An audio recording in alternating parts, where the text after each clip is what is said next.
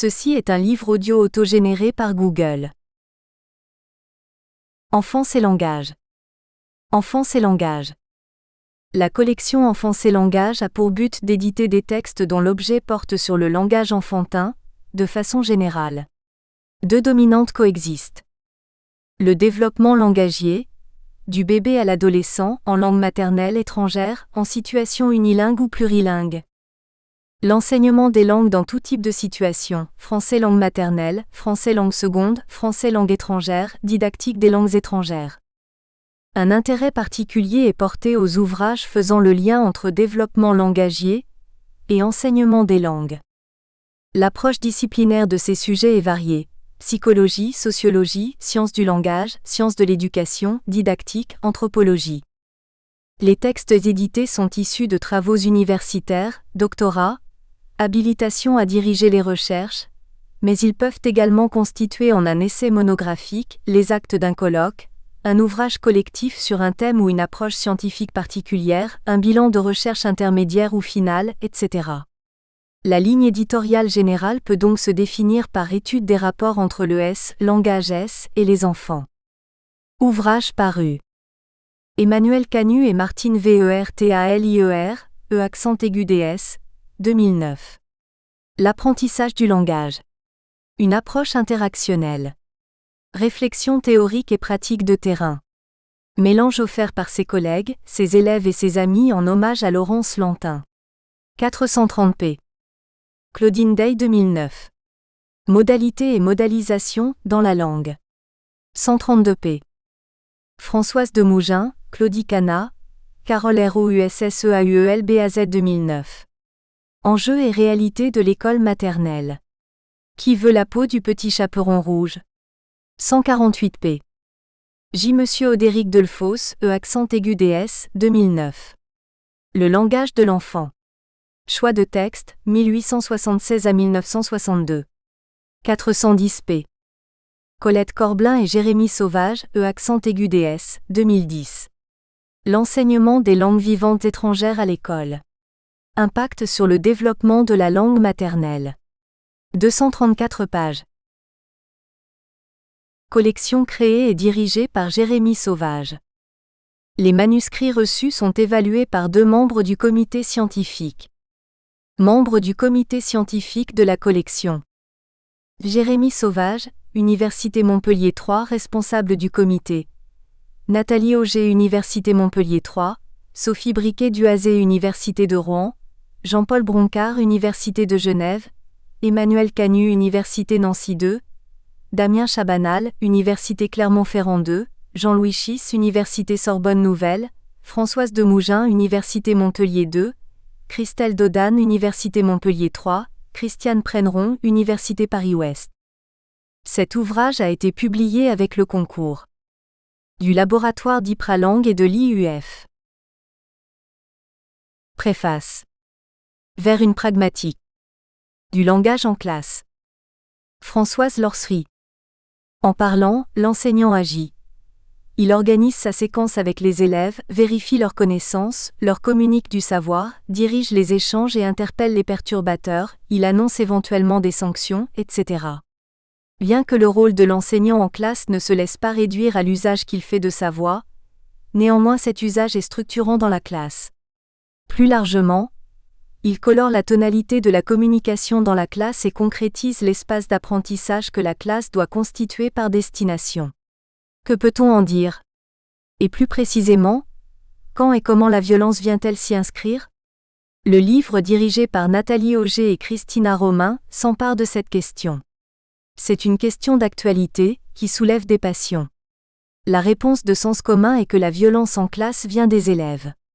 Ceux-ci s'attaquent aujourd'hui de plus en plus facilement à l'autorité du maître. Ils sont indociles, insolents, notamment, mais pas seulement, ceux, les garçons, qui viennent de milieux difficiles, dont la culture n'est pas celle de l'école. Les auteurs, toutes 2 linguistes au départ, ont souhaité aller y voir de plus près. Elles ont décrit dans des travaux antérieurs les phases par lesquelles passe la montée de la tension en classe, jusqu'à l'interruption de la communication pédagogique. Ce nouveau livre déplace la focale en direction du système d'action que constitue la classe, et au-delà l'école ou l'établissement. L'approche linguistique s'élargit à une approche pragmatique de la communication verbale dans la classe. L'opération est délicate, les auteurs ne s'en cachent pas. Il est extrêmement compliqué d'objectiver les fonctionnements de la communication en classe et d'en rendre compte.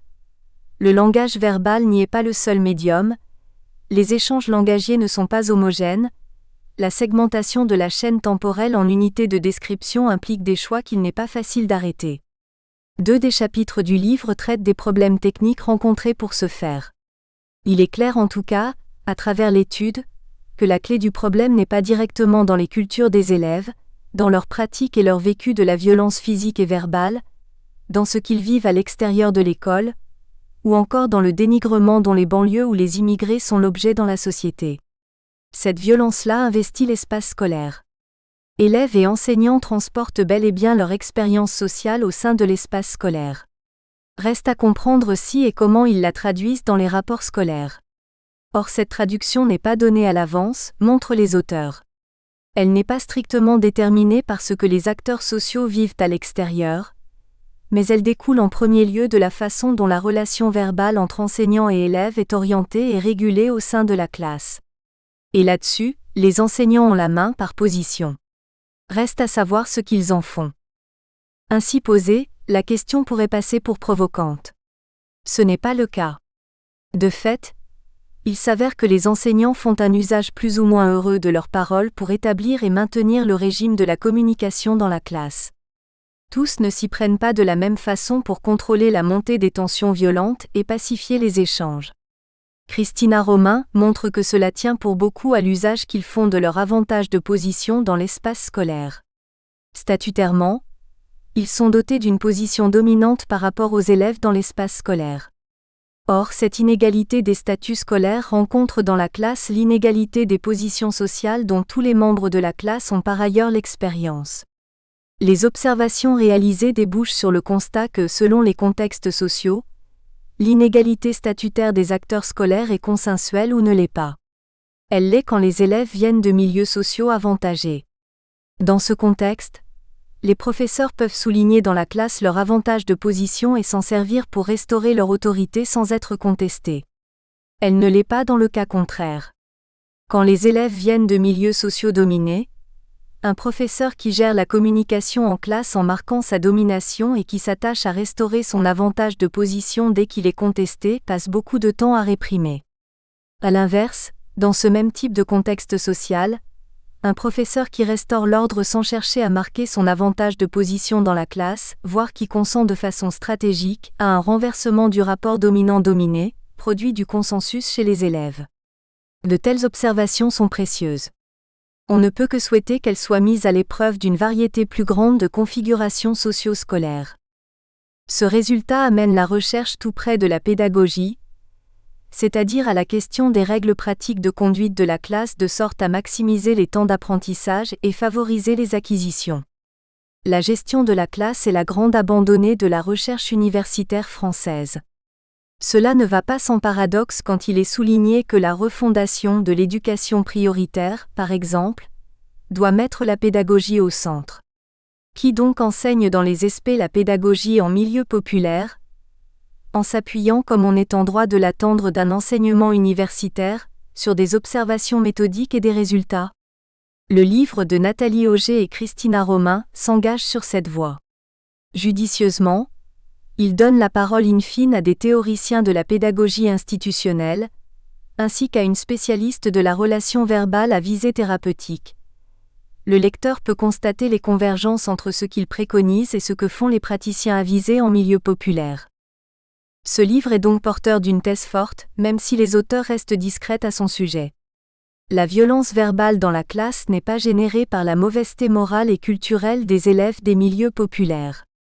Elle découle d'un réglage de la parole magistrale qui redouble dans la classe la position inférieure qu'ils occupent dans la société, et dont ils souffrent.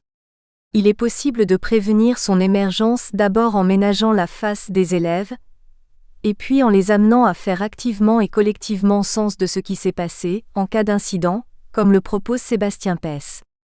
Laissant derrière lui les sottes querelles a priori entre pro- et anti-pédagogues, le livre débouche sur la conclusion qu'il est extrêmement pertinent de choisir comme clé d'entrée dans l'observation des classes la façon dont la communication verbale est gérée, les rôles verbaux tenus par l'enseignant et ceux des élèves, et ce quel que soit le contenu des leçons. Un tel objet est capable de susciter des engagements interdisciplinaires entre linguistes, psychologues, sociologues et pédagogues. Il constituerait sans aucun doute un levier de choix dans la formation des enseignants. Présentation. Une approche linguistique. De la violence verbale. Depuis 2000, nous, Auger Université Montpellier 3, Fraschiola Université de Lorraine, Moïse Université Grenoble 3, Romain, Aix-Marseille Université SP, menons des études linguistiques sur la question de la violence verbale. Cette étude, initiée par Claudine Moïse à l'Université d'Avignon, avait obtenu un financement de la délégation interministérielle à la ville, DIV, fin 1999 pour développer un projet sur la violence verbale en milieu scolaire en banlieue. La violence verbale à l'école, un thème d'actualité. La violence est un thème rebattu par les médias. Elle séduit par ses dimensions dramatiques comme le développent les travaux de Lochard et Boyer, 1998.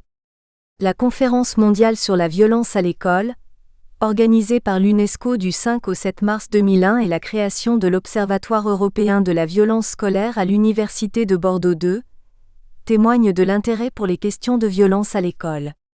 D'un point de vue juridique, la violence est le fait d'enfreindre la loi, les règles.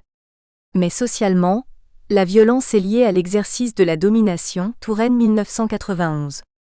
Il existe dans la société une assignation des rôles qui peut entraîner une non-reconnaissance de certaines catégories de personnes, et à terme, des actes de violence verbale ou physique. Si la sociologie a déjà commencé l'enquête sur la violence, Charlot et Hermine 1999 par exemple, cette recherche a pu être approfondie dans nos enquêtes par l'utilisation d'outils linguistiques qui en affinent les résultats, la violence s'exerçant aussi et peut-être le plus fréquemment par le langage.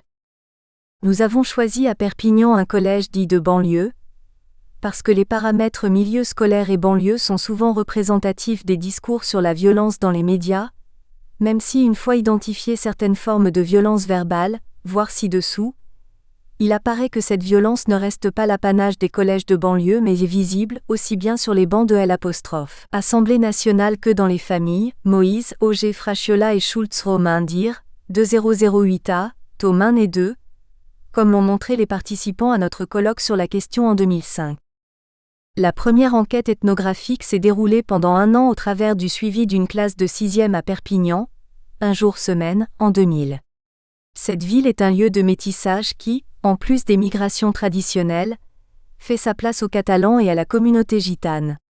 Le collège retenu accueille 800 élèves, au cœur de la banlieue. Il est composé de 17 ethnies différentes, avec des communautés maghrébines et gitanes prépondérantes. Du point de vue de la diversité linguistique, le terrain s'est révélé fécond. Suite à une première entrevue avec le proviseur du collège, très favorable au projet, le choix s'est porté sur une classe de 6e, 19 élèves français, marocains, gitans âgés de 11 à 14 ans. L'ensemble des enseignants de cette classe a par la suite accepté le projet de recherche. Nos terrains se sont ensuite élargis à d'autres villes, Marseille, Montpellier, Toulouse, d'autres niveaux, écoles maternelles, écoles élémentaires et d'autres contextes, élèves nouvellement arrivés en France, élèves porteurs de handicap. Appréhender la violence verbale, les interactions verbales et la question du recueil. Une entrée par les interactions verbales. Les actes de langage menaçants, Vincent 2005, constituent un large champ investi par différentes équipes de recherche de Chambéry à Bruxelles et au Québec et participent de la violence verbale. On peut citer entre autres l'insulte, le mépris, la menace, le dénigrement voire la médisance, Mougin 2006. Mais dans une perspective plus large, il devient possible de cerner une manifestation langagière comme la violence verbale non pas selon les seuls aspects linguistiques ou pragmatiques, insultes, menaces, mais aussi interactionnelles et sociolinguistiques. En effet, les interactions verbales mettent en scène les prises de parole des interlocuteurs et montrent leur positionnement. L'analyse des interactions verbales s'attache à la description de conversations familières. Kerbrat-Orecchioni 1990, Vion 1995, 1998, Mondada 1995, inspiré par les écoles américaines. Leur méthode d'appréhension permet de décrire finement le corpus. Ces outils, déjà utilisés pour l'analyse des données précédentes, décrivent l'action conjointe des interactants dont la mise en jeu des rapports horizontaux qui revêtent un rôle essentiel pour l'étude. Recueil des interactions et paradoxes de l'observateur. Saisir des interactions verbales violentes pose peut-être de manière plus exacerbée la question du paradoxe de l'observateur, Labov, 1976. Y a-t-il davantage de mise en scène ou au contraire, un amoindrissement des interactions conflictuelles au moment de la saisie des données? L'observatrice étant universitaire, représentative d'une certaine norme, du moins dans les imaginaires collectifs, les enseignants du collège se sont souvent sentis évalués dans leur enseignement, même si le dialogue avec les équipes était constant. Les élèves, eux, nous ont perçus petit à petit comme des alliés puisque nous ne faisions aucun commentaire à leur encontre, et même que nous nous tenions dans une démarche d'écoute active lors des entretiens avec eux compte tenu de leurs paroles quand nous les rencontrions. Une définition de la violence verbale, les 4 étapes de la montée en tension. Suite au recueil de corpus, nous avons tenté une définition de la violence verbale qui se caractérise selon nous, par une montée en tension contextualisée se déclinant à travers différentes étapes. Incompréhension, négociation, évitement, renchérissement, renforcement, marquée par des déclencheurs de conflits et par l'emploi d'une importante variété d'actes de langage, harcèlement, mépris, déni, insulte. Auger et Moïse 2005. La violence verbale est inhérente au conflit qui est une divergence de point de vue, entraînant une forte tension entre les locuteurs. La violence verbale est d'autant plus radicale qu'elle s'inscrit dans une opposition caractérisée entre les interlocuteurs.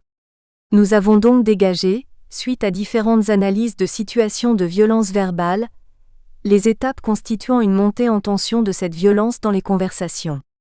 Les occurrences tirées des corpus sont données à voir pour exemplifier le propos, en lien avec les terrains scolaires mais aussi avec d'autres terrains comme les espaces publics, politiques et médiatiques qui ont également fait l'objet d'autres publications, Fracciola, Moïse, Romain et Auger 2013, Moïse, Auger, Fracciola et Schultz Romain 2008 à Thoman et 2, Auger, Fracciola, Moïse, Esperluette Schultz Romain 2008b, Auger, Fracciola, Moïse et Schultz Romain 2011. On peut résumer la montée en tension de la violence verbale en 4 étapes. L'identification de ces étapes est un préalable à la proposition de pistes didactiques. En effet, elle permet de comprendre comment et à quel moment de l'interaction il est possible de résoudre la relation conflictuelle. La première étape est constituée du contexte de communication lui-même ainsi que des interactants qui y participent, éléments plus ou moins favorables à la violence verbale. La seconde étape est l'amorce de la violence verbale, visible par exemple dans les modes d'interpellation d'appellation ou des marques prosodiques. La troisième étape est celle de la cristallisation de la violence illustrée par l'exemple classique dans les corpus de l'insulte dans une autre langue. La dernière étape est celle de la rupture communicationnelle. Passage à l'acte, départ d'un des locuteurs ou refus de parler. Ce schéma a été élaboré à partir d'études de cas en classe ZEP de Perpignan, mais il a également été validé et approfondi grâce à l'analyse de corpus agonaux dans d'autres situations de classe déjà étudiées avec d'autres objectifs ou hors contexte scolaire. Plus récemment, nous avons élaboré une modélisation de la violence verbale à travers la dynamique de la montée en tension. Fracciola, Moïse, Romain et Auger 2013.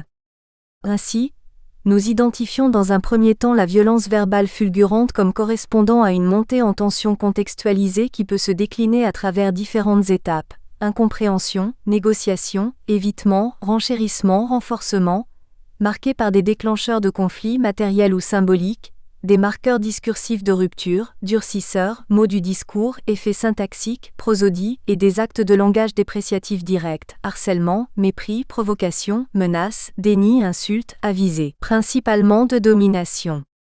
Puis nous avons décrit la violence verbale polémique comme reposant sur des actes de langage indirects et implicites, une argumentation et des figures de rhétorique à visée polémique et persuasive.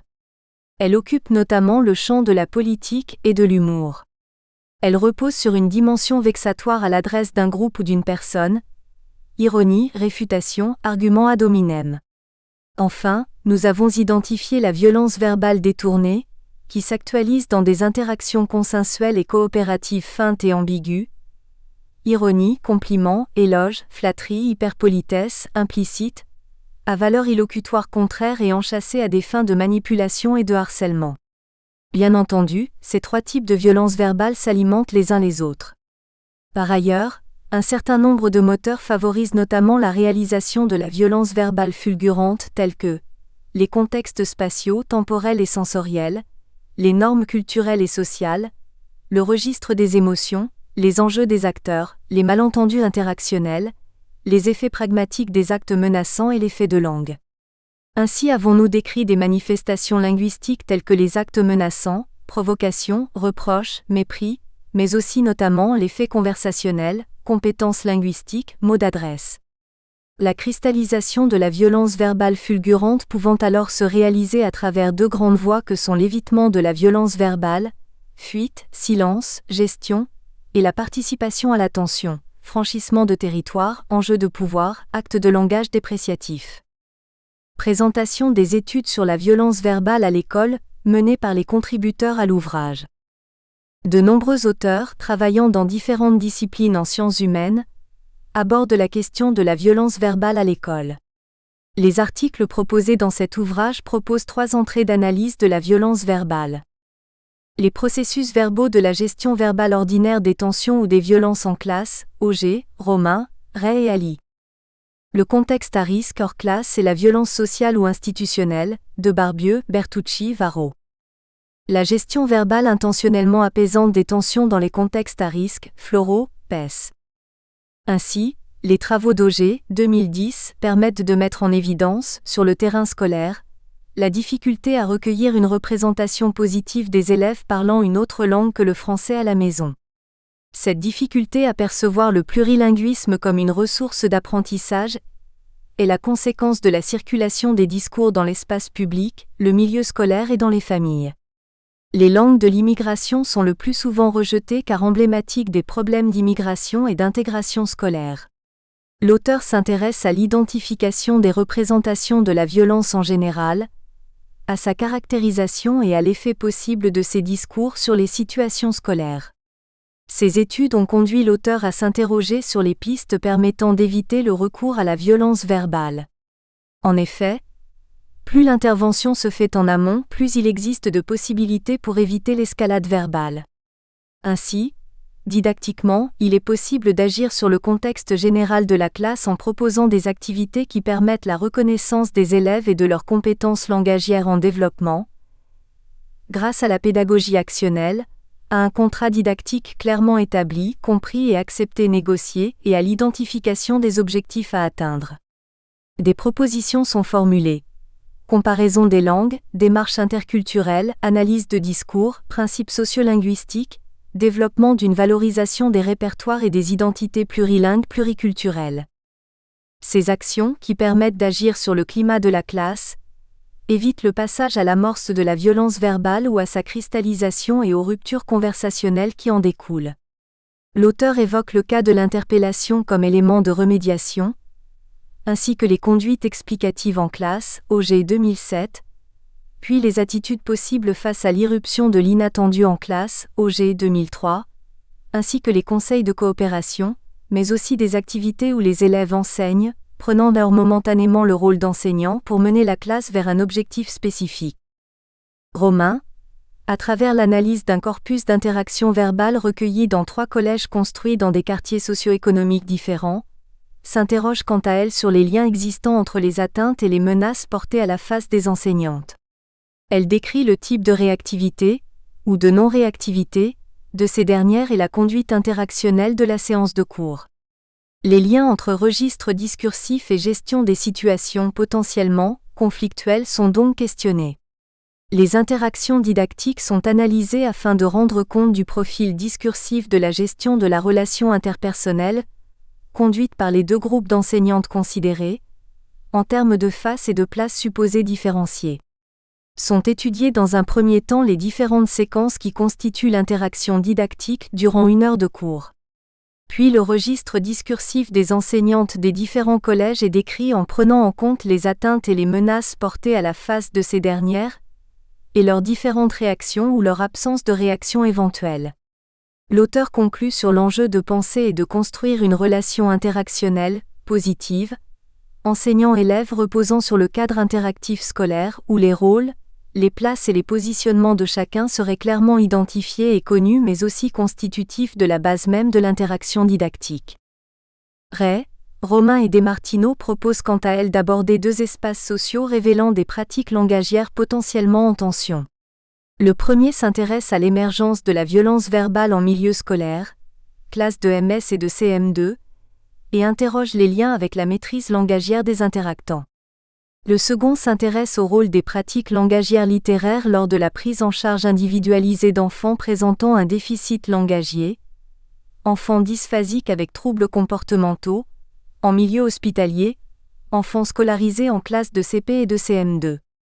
Cette double approche permet d'illustrer comment l'adulte peut parfois être conduit à adapter, à ses co-énonciateurs sa structure langagière jusqu'à favoriser une violence verbale, comment l'enfant, n'ayant pas de compétences langagières suffisantes peut recourir à la violence verbale en milieu scolaire ou au mutisme ou stéréotypie en milieu hospitalier, et enfin comment la structure langagière de l'adulte permet de mettre à distance les situations conflictuelles et favoriser les situations didactiques.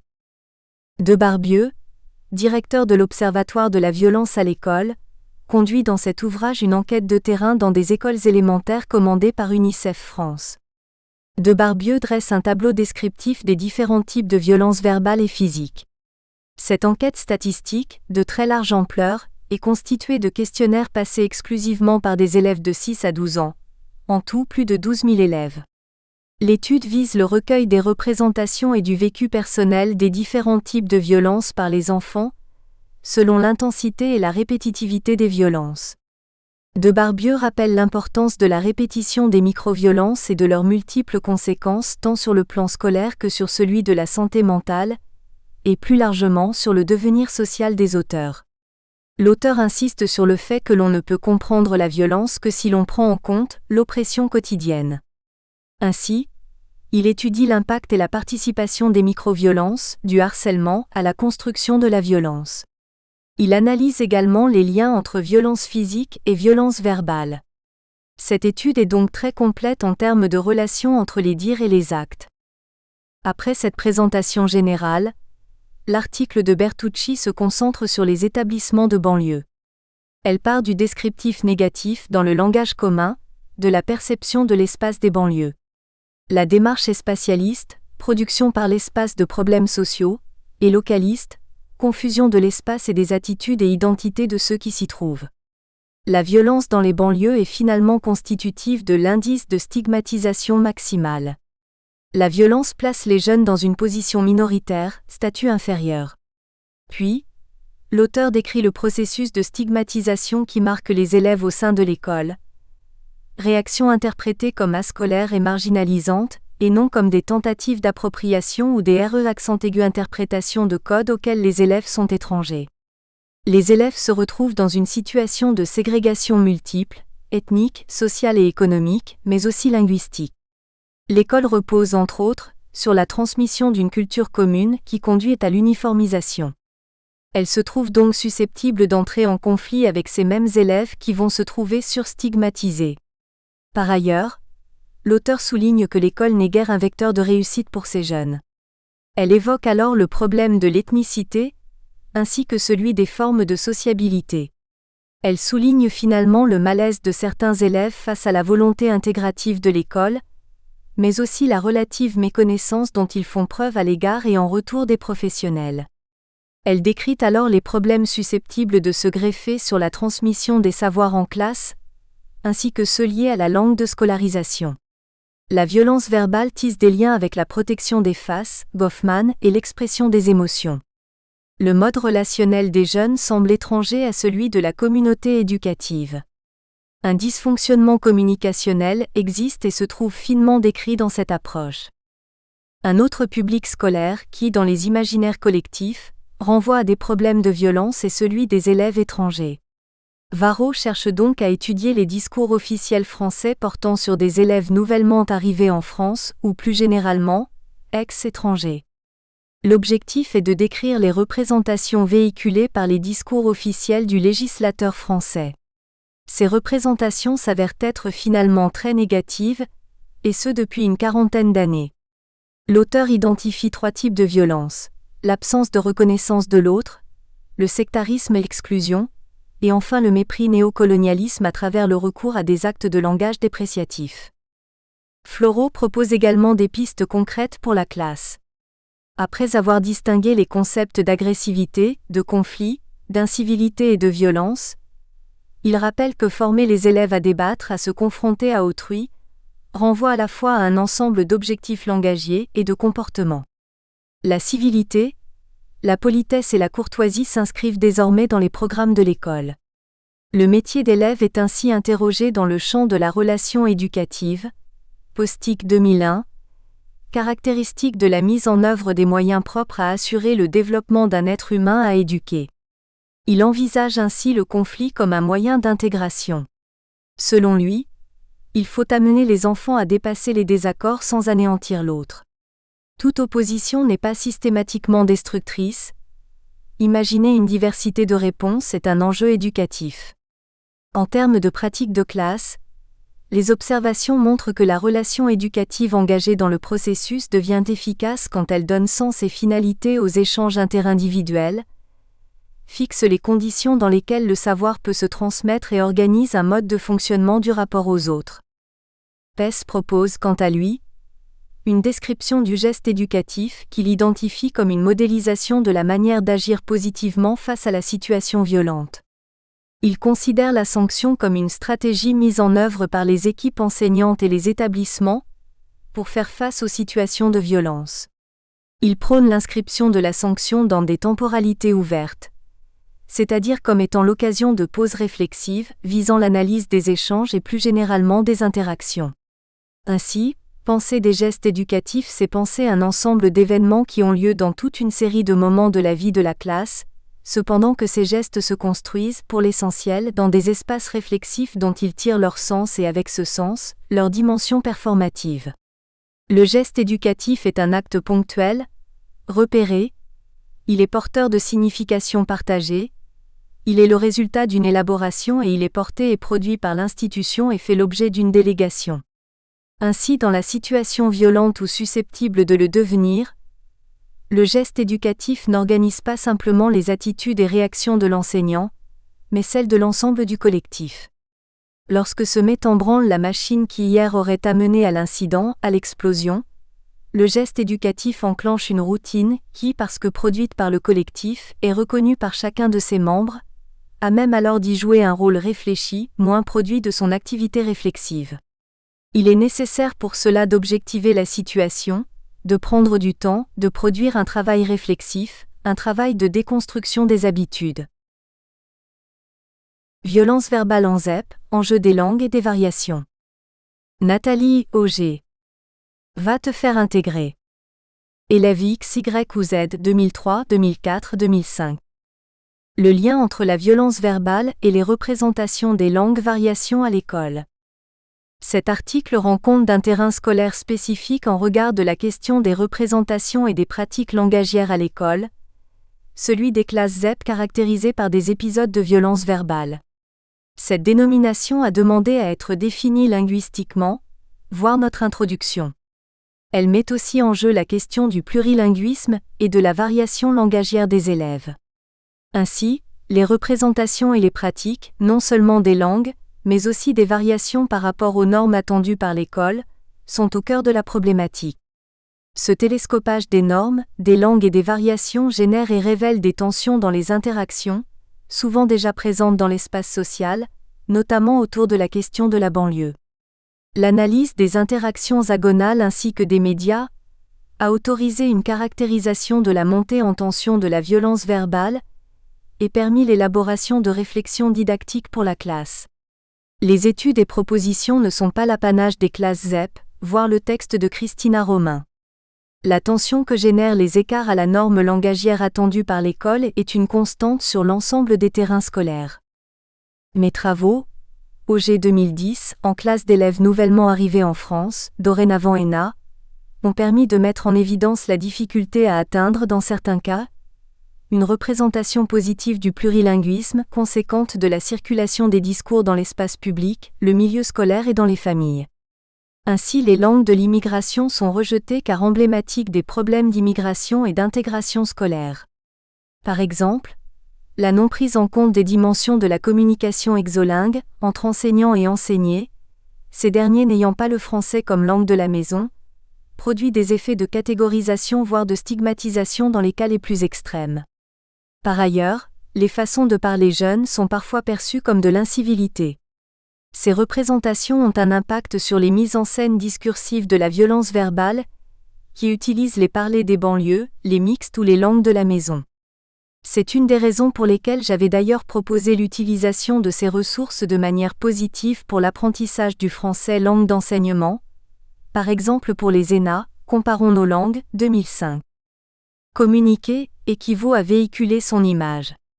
À ce titre, la dimension identitaire des participants est encore davantage mise en exergue dans le corpus sur la violence verbale, les mises en scène discursives du locuteur révélant le choix de son appartenance à un groupe, Mufwen 1997 sur 161. Une première approche par le discours des médias. Les chercheurs, Boyer et Lochard 1998, s'accordent pour mettre en garde contre une utilisation abusive du mot violence. En effet, à peine le mot est-il utilisé qu'il peut dramatiser le conflit. La violence fait partie des stratégies de séduction qu'utilisent les journalistes pour vendre leurs programmes et journaux et participe de la circulation des discours, notamment sur l'école. Cerner le dialogisme à l'œuvre sur la question de la violence. Intéressé au premier chef par les effets de dialogisme, Bakhtin 1929, soit les relations, les répercussions entre les discours, ici entre ceux produits dans l'espace public et le milieu scolaire, mes premières analyses ont porté sur les discours médiatiques, Auger 2006. Mon objectif était d'identifier les représentations de la violence en général, sa caractérisation et l'effet possible de ces discours sur les terrains scolaires. L'idée était de partir d'événements caractérisés. Le positionnement de la presse en 1990 suite aux émeutes de Vaux-en-Velin, épisode tristement célèbre de violences caractérisées en banlieue et le rôle des médias suite à des violences, fin 1999, dans le collège étudié pour le projet.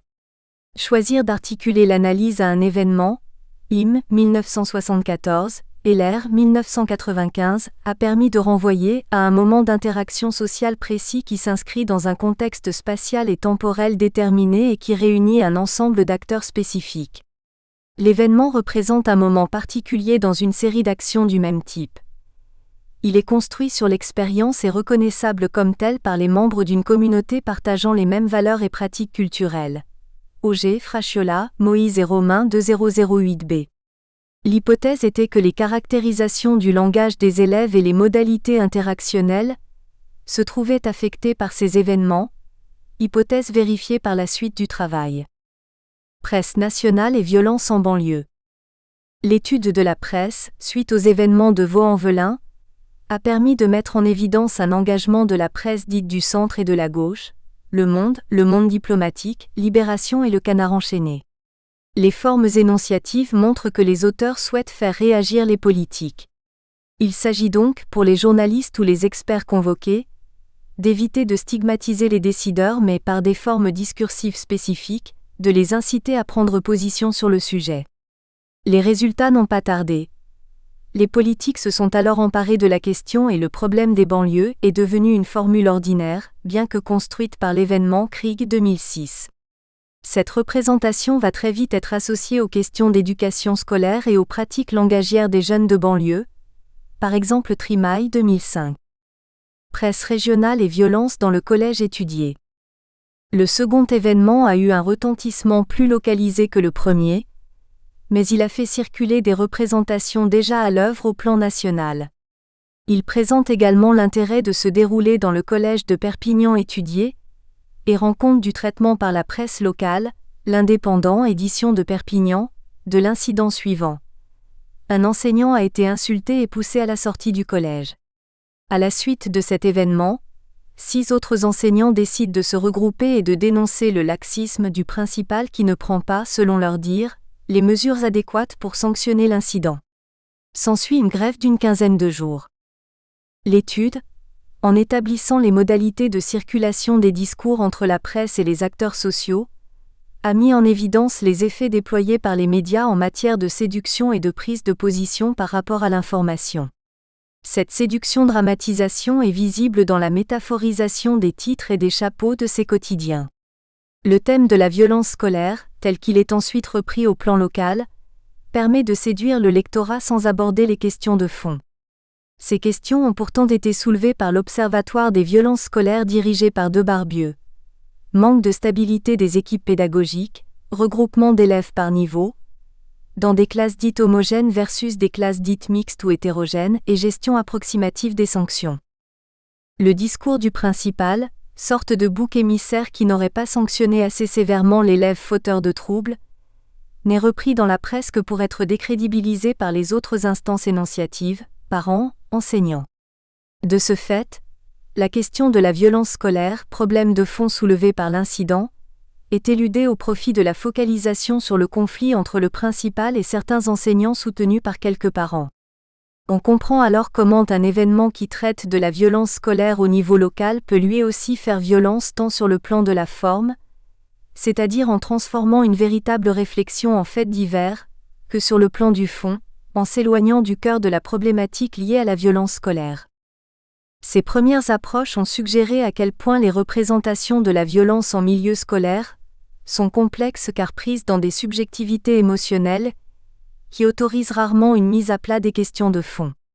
L'analyse et la description en classe d'interactions verbales porteuses de violences verbales ont donc ensuite été menées afin d'objectiver davantage la situation, en lien avec la question du plurilinguisme et des classes hétérogènes. De l'analyse des discours sur la violence scolaire dans les médias, aux études des interactions verbales en classe. Selon Gageot et Mondada 2000/52, la classe est un lieu de communication vrai mais spécifique, régi par un contrat didactique largement implicite qui débouche sur l'attribution de certains rôles et une asymétrie dans la distribution et l'évaluation de la parole.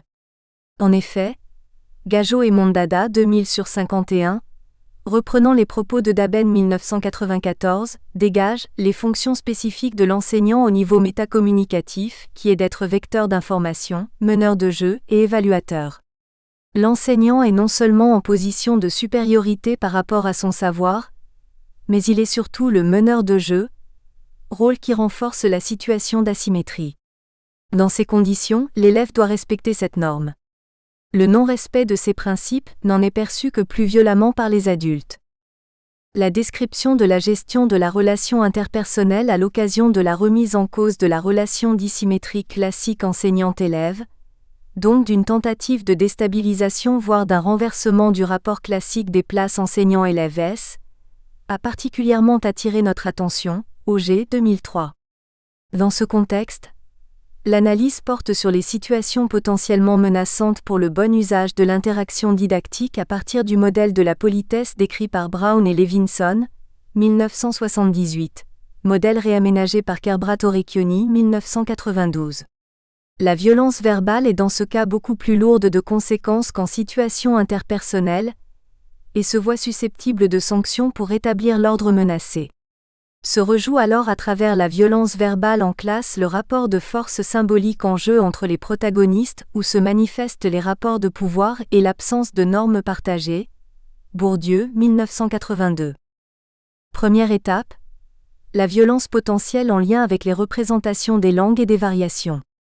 La violence verbale est à relier au contexte général de communication, sorte de climat général, Galatalo et Mitzau, 1998.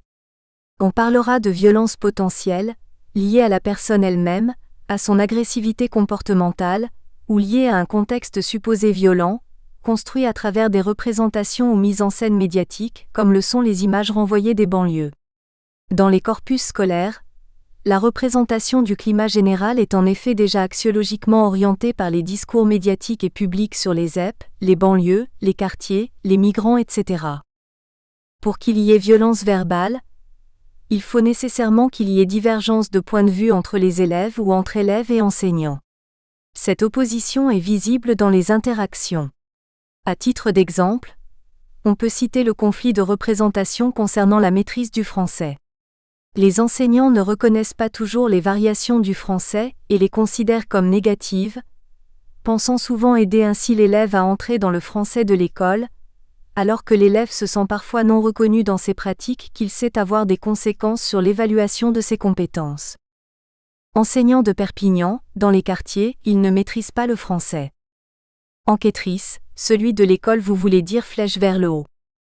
Enseignant de Perpignan, oui, celui de l'école, c'est le français, il n'y en a qu'un que je sache.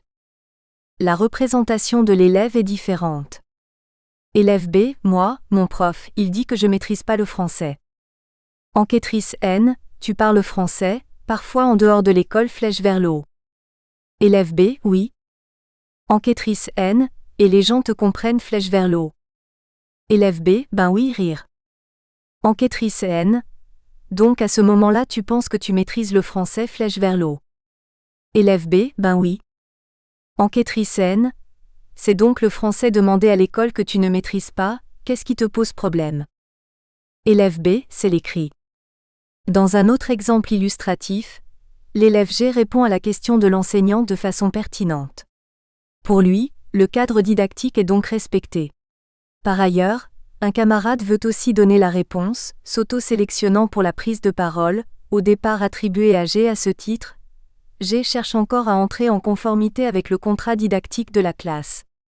Cependant, l'énoncé qu'il utilise pour le matérialiser n'est pas en coïncidence avec la norme attendue à l'école, ce que lui fait remarquer l'enseignante.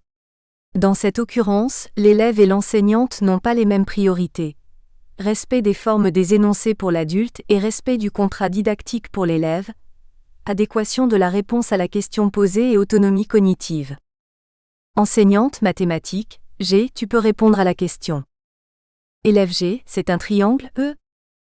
Élève V, rectangle. Élève G, rectangle, I, Z, Y, va V, réponds pas à ma place. Enseignante, tu peux parler correctement là. Élève G, mais V me coupe, et c'est correct c'est sinon ce que j'ai dit, non. Enseignante, la réponse oui, est correcte mais le reste E. Élève G, c'est pas correct non plus si V y coupe I souffle non. Enseignante, bon, R, comment on sait qu'il est rectangle ce triangle? Les tensions sur la question de l'utilisation des langues et des variations sont manifestes dans les discours, relevant le plus fréquemment de systèmes de valeurs différents. Deuxième étape, la violence embryonnaire ou amorce de la violence verbale. L'exemple de l'appellation, l'interpellation de l'autre. Comme nous l'avons montré par ailleurs, Auger, Filleul, Lopez et Moïse, 2003, les éléments qui constituent une amorce de la violence verbale sont identifiables linguistiquement. On peut noter parmi eux, l'agressivité avec changement prosodique, toi là-bas, une posture du corps, le harcèlement verbal avec répétition interactionnelle dans différentes séquences conversationnelles, madame, madame, madame ou ça suffit, et les joutes verbales caractérisées par des changements de registres verbaux, allez-y va ou je vais vous descendre. À ranger dans ces figures, toutes sujettes à l'intersubjectivité des locuteurs, l'impolitesse, couper la parole de l'enseignant l'élève, et l'incivilité, discuter avec le voisin. On considère l'impolitesse comme une rupture des rituels conversationnels interpersonnels, refus de dire bonjour, tandis que l'incivilité renvoie à la rupture des codes sociaux, considérée gênante pour l'ensemble de la communauté. Quand il y a amorce de la violence verbale, un locuteur A s'inscrit discursivement dans une de ces figures. Le locuteur B peut alors réagir de différentes manières. Nous avons étudié, Auger, Fraschiola, Moïse et Romain 2010, une amorce caractéristique de la violence verbale, l'interpellation. Les termes d'adresse ou appellatifs recensés dans les corpus rendent compte de différents types d'opérations et de catégorisations qui engendrent violence verbale et physique, effets socio-pragmatiques.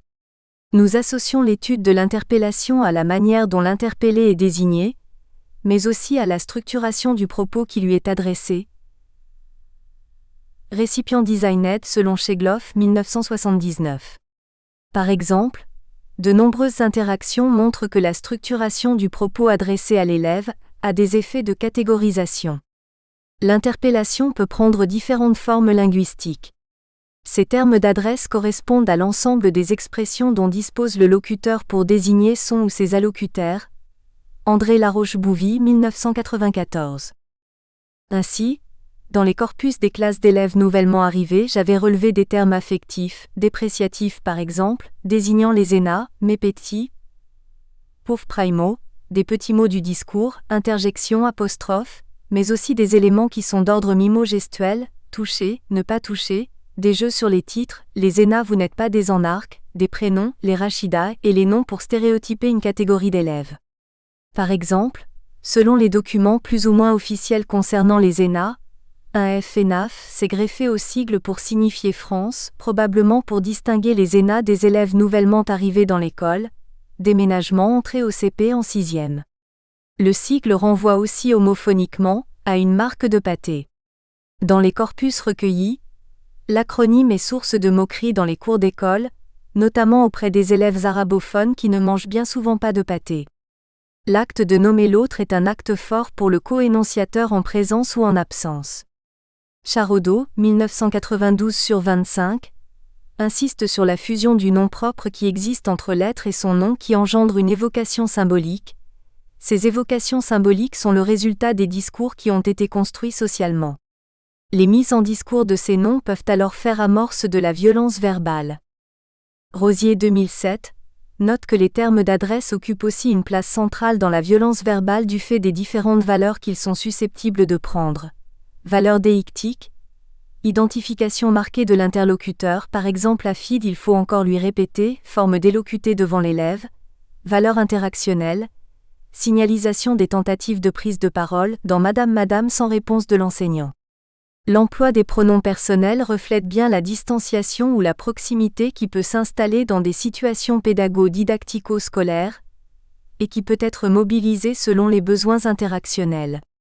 L'emploi des déictiques de personnes nous et on par un enseignant, on équivalent à nous dans l'oral ordinaire, sont réducteurs de distance entre sa position dominante et la position des élèves, au contraire de l'emploi toujours par l'enseignant de je, tu pour interpeller un élève et vous pour interpeller le groupe classe qui sont producteurs de distance. Ainsi, les termes d'adresse sont des marqueurs particulièrement évidents de la relation interpersonnelle et le pronom de deuxième personne peut constituer le procédé par excellence d'affichage de la distance, lorsqu'on lui oppose un vous non réciproque, ou de la familiarité voire de la solidarité, dans un emploi de tu réciproque. Le jeu sur ces éléments favorise ou non la montée en tension de la violence verbale. Les travaux de Romain, 2005, ont montré qu'il peut y avoir autant de violence verbale dans les écoles des quartiers que du centre-ville. Les formes de violence verbale ont cependant été identifiées comme différentes. Ainsi, le climat des classes des quartiers populaires de Marseille que Romain a étudié met en scène de nombreuses interactions agonales frontales mais aussi des séquences de négociations-réparation entre élèves et enseignants, de façon bien plus fréquente qu'en collège de centre-ville où la violence verbale est néanmoins présente sans être frontale, moins de joutes agonales dans les interactions. La stigmatisation des élèves n'en est pas moins forte au centre-ville, à la différence qu'elle est moins associée à des questions de pauvreté supposée, linguistique ou sociale, véhiculée par les médias, mais plutôt à la personnalité de l'élève lui-même. On passerait alors d'une caractérisation générale de certains groupes, stéréotypisation, à une caractérisation plus personnelle, catégorisation. Un genre discursif particulier brille souvent par son absence et participe aussi de l'amorce de la violence verbale, l'explication, Auger 2007. S'il y a parfois des entrées dans le genre explicatif, elles servent le plus souvent à valider un acte qui rompt le rituel de classe, perte du carnet de correspondance, exclusion de la classe, mais ne sert pas, sur le fond, à expliquer ce qui fait réellement conflit. Cette dimension énonciative qu'est l'explication a donc ensuite été réinvestie pour la recherche de pistes didactiques, voir ci-dessous. Troisième étape, la violence cristallisée autour de l'exemple de l'insulte en L1 ou sur la L1. Nous espérons que vous avez apprécié cet aperçu. Pour continuer à écouter ce livre audio sur Google Play Livres, utilisez le lien dans la description de la vidéo.